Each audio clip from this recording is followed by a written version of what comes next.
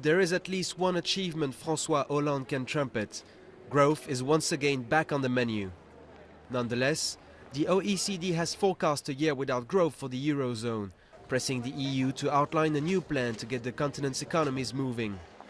European leaders are holding an informal summit on Wednesday, where the French president hopes to push for a change of direction, a promise he made on his maiden trip to Berlin last week. Everything must be put on the table and everyone must participate. Anything that can contribute to growth is welcome.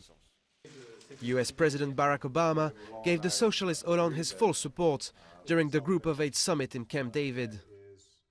Growth and jobs must be our top priority. A stable, growing European economy is in everybody's best interests, including America's. But Berlin has ruled out the idea of Eurobonds, a system that would allow European countries to borrow collectively, but puts more pressure on solid economies like Germany. Chancellor Angela Merkel has also refused to facilitate loans aimed at financing stimulus projects, which would bring about an increase in debt.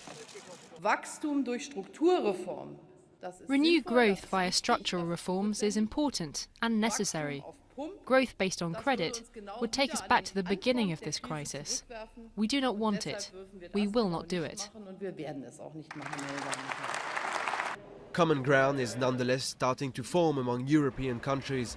These include an increase in capital of the European Bank of Investments to finance major projects in transport and renewable energies. Europe might also engage parts of its structural funds and enforce a tax on financial transactions. A tax that Great Britain would most likely reject in a move to protect its financial centre, the city. Growth might be back on the fast track for some, but finding a way to implement it might prove more of a marathon.